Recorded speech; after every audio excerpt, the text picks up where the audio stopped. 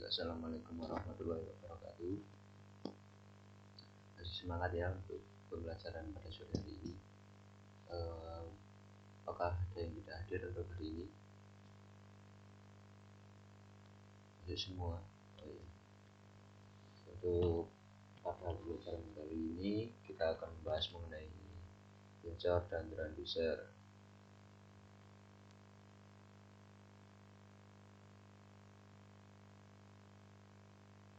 Sebelum masuk ke materi, saya kasih pengantar dulu kemajuan iptek. Kemajuan iptek dari masa ke masa sangat berkembang sangat cepat. Yang dulu itu menggunakan manual, kemudian beralih ke mesin, kemudian beralih ke elektromekanik atau semi otomatis, kemudian beralih ke full otomatik atau robotik. Untuk penerapannya itu misalnya manual, dulu itu membaca sawah ya, masih menggunakan bantuan hewan,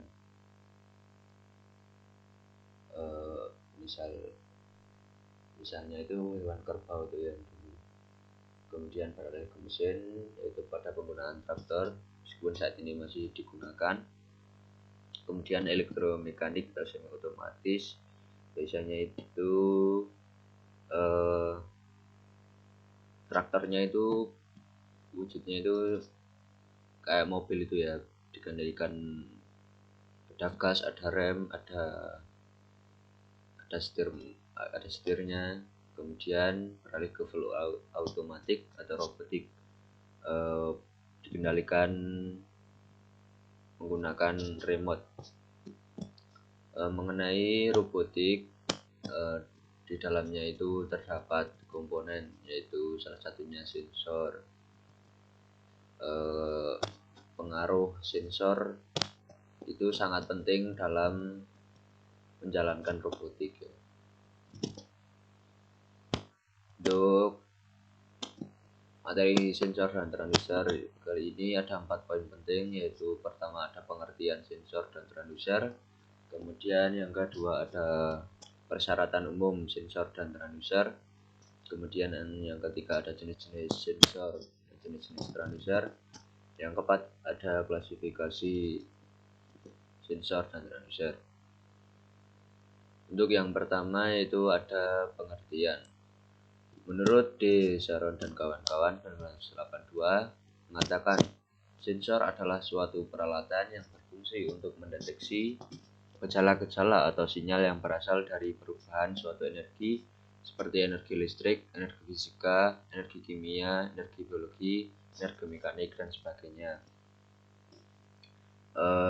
Sensor itu menurut saya dapat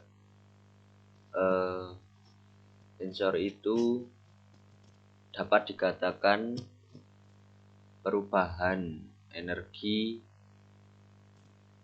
yaitu energi listrik, energi fisika, energi kimia, energi biologi, energi mekanik menjadi energi listrik. Sedangkan transducer yaitu mengubah energi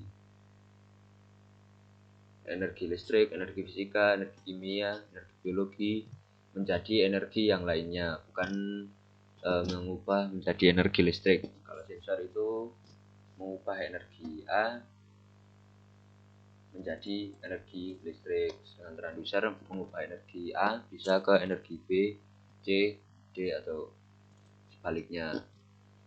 Untuk transducer menurut William D.C. 1993 mengatakan transducer adalah sebuah alat yang bila digerakkan oleh suatu energi di dalam sebuah sistem transmisi akan menyalurkan energi tersebut dalam bentuk yang sama atau dalam bentuk yang berlawanan ke sistem transmisi berikutnya ya. Ini itu yang sudah dikatakan saya tadi itu ya, mengubah energi A ke energi B, C atau energi D.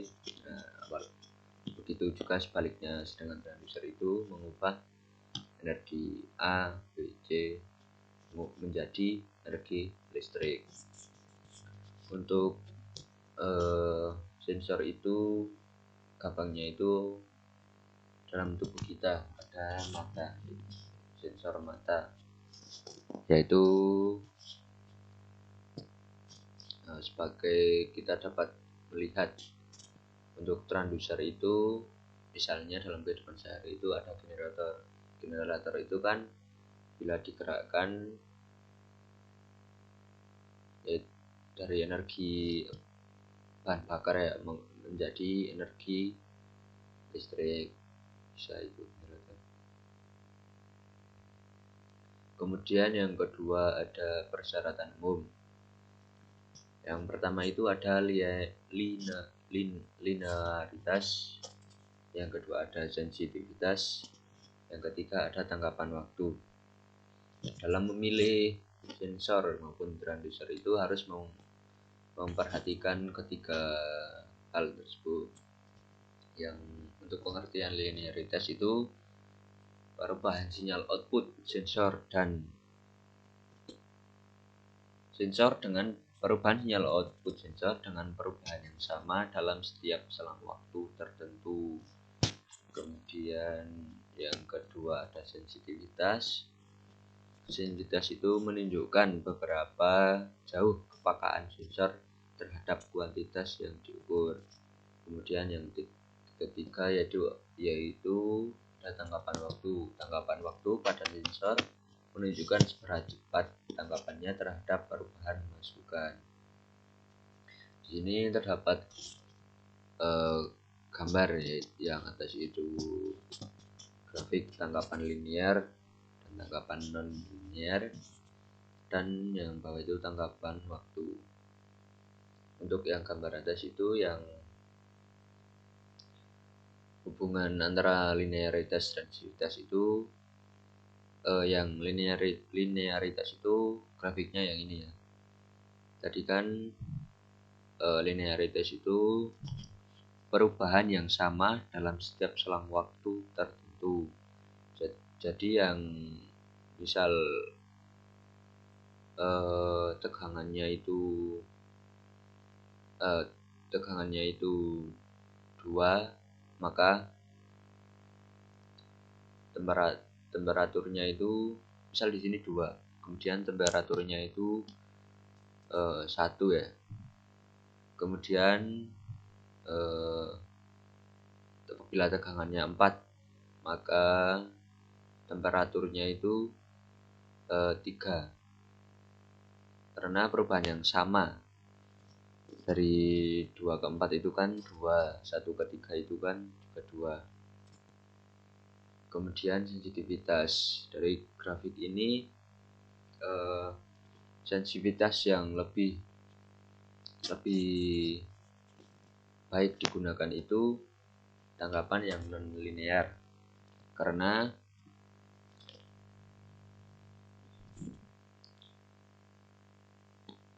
yaitu apabila tegangannya itu misalnya 1, kemudian temperaturnya itu 1, sedangkan tegangannya 3, temperaturnya itu perubahannya nggak sama lah, lebih besar gitu.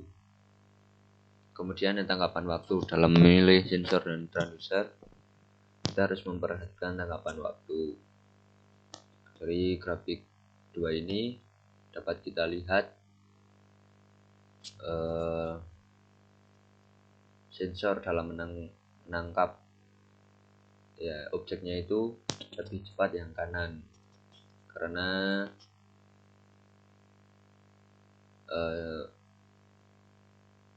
sangat rapat ya. Kemudian yang ketiga ada jenis-jenis. Di sini saya mengaplikasikannya pada robotik, yaitu sebagai contoh penerapan sistem otomasi yang kompleks dalam pengaplikasian sensor dan transducer. Menurut D. Sharon dan kawan 1982, sensor dikategorikan menjadi 2 jenis sensor, yaitu pertama ada internal sensor. Sensor internal diperlukan untuk mengamati posisi, kecepatan, dan akselerasi berbagai sambungan mekanik pada robot dan merupakan bagian dari mekanisme servo. Intinya itu sensor yang digunakan dalam uh,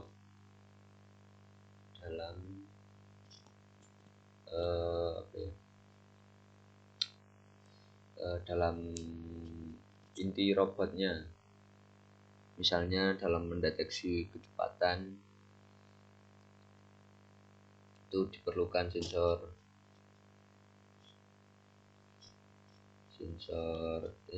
kecepatan. Kemudian yang kedua ada eksternal sensor. Eksternal sensor itu diperlukan karena ada dua macam alasan, yaitu yang pertama untuk keamanan atau perlindungan dari kerusakan yang ditimbulkan, dan yang kedua itu untuk penuntun. Untuk keamanan atau perlindungan dari kerusakan yang ditimbulkan itu biasanya pada robotik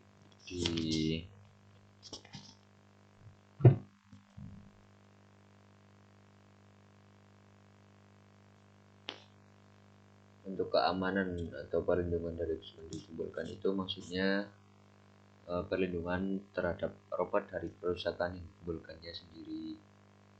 Misalnya itu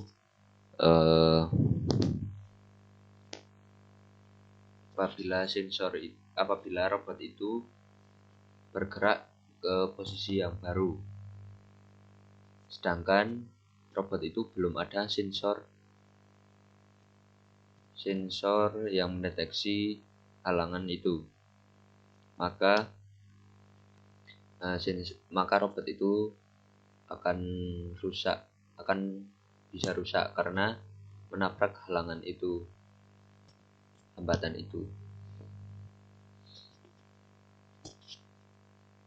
Contoh yang kedua itu misalnya dalam robot itu ada gripper ya. Gripper itu yang pengait. Apabila dalam gripper itu tidak diberi sensor dalam pengaplikasian, misalnya mengambil apalah, terus kok nggak ada sensornya, maka ya dalam mengambil itu nggak bisa, soalnya sensor itu nggak dalam menjalankan gripper itu harus ada sensor. Untuk yang kedua ada penuntun.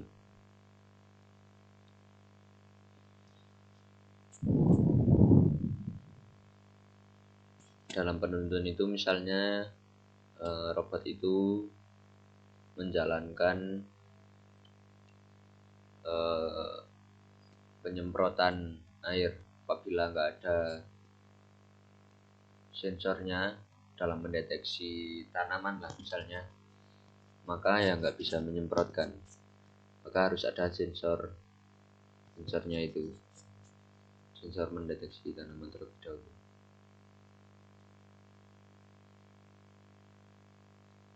Kemudian yang keempat ada klasifikasi sensor. Yang pertama ada sensor thermal atau panas. Sensor yang kemudian ada sensor mekanis. Yang ketiga ada optik atau cahaya. Untuk yang sensor thermal atau panas ya, biasa digunakan untuk mendeteksi gejala perubahan panas, temperatur, suhu pada suatu dimensi benda atau dimensi ruangan. Salah satu contohnya itu ada sensor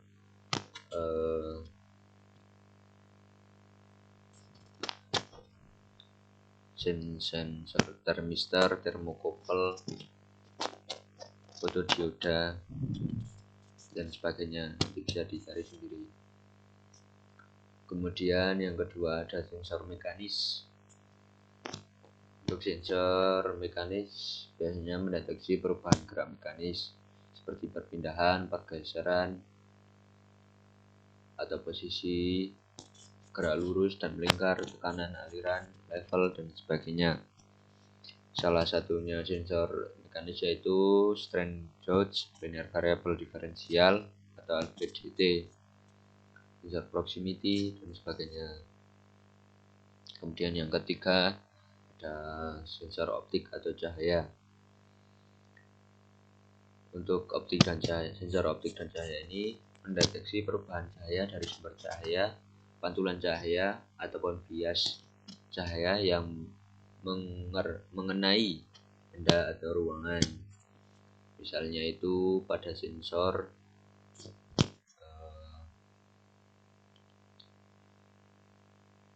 fotosel ya, biasa digunakan pada itu sel surya.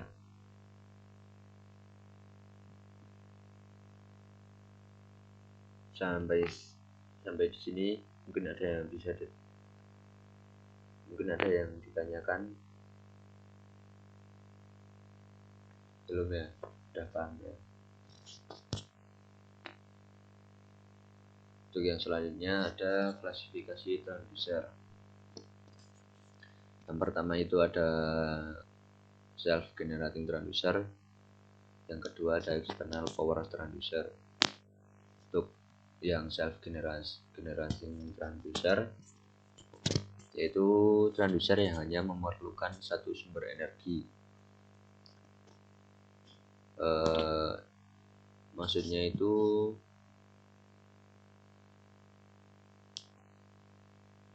dapat dikatakan self generating transducer itu transducer aktif ya, karena hanya membutuhkan satu sumber energi.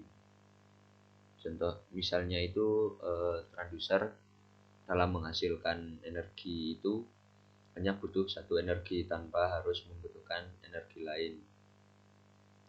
Sedangkan external power transducer itu dapat dikatakan transducer pasif, transducer yang memerlukan sejumlah energi dari luar untuk menghasilkan suatu keluaran. Misalnya itu dalam menghasilkan energi A, misalnya itu mengubah energi A menjadi B. Dalam mengubah A menjadi B itu tidak bisa mengubah tanpa harus ada bantuan energi C gitu. Di sini ada contoh aplikasi rangkaian sensor LM35 sebagai sensor suhu. Rangkaiannya kayak gini ya. Ini merupakan sebuah sirkuit elektronik yang dapat digunakan sebagai rangkaian atau pengontrol otomatis suhu. Sirkuit saklar sebuah miniatur relay hidup otomatis sesuai dengan suhu terdeteksi oleh satu keping sensor LM35. Bila LM35 mendeteksi suhu yang lebih tinggi dari tingkat preset ditetapkan oleh VR1, maka relay akan bekerja. Ketika suhu berada di bawah preset suhu, relay adalah tidak akan memberikan tenaga kepada beban. Ya, intinya itu apabila sensor LM35 itu mendeteksi suhu, maka akan menghasilkan keluaran. Biasanya itu dalam sensor suhu itu keluarnya dalam bentuk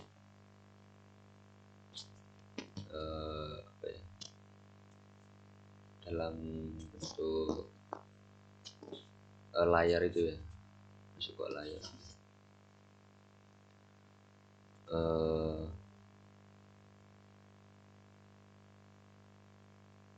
Ya layar yang menunjukkan angkanya itu berapa suhunya.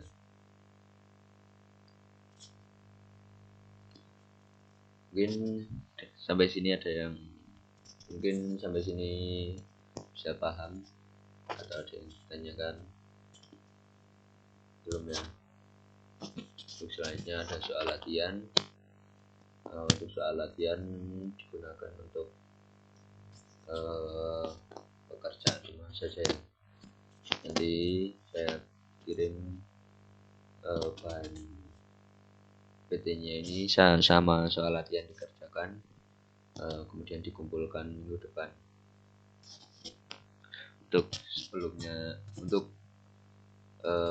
Sebelum saya tutup, mungkin dapat disimpulkan terlebih dahulu siapa yang mau menyimpulkan pada pelajaran kali ini.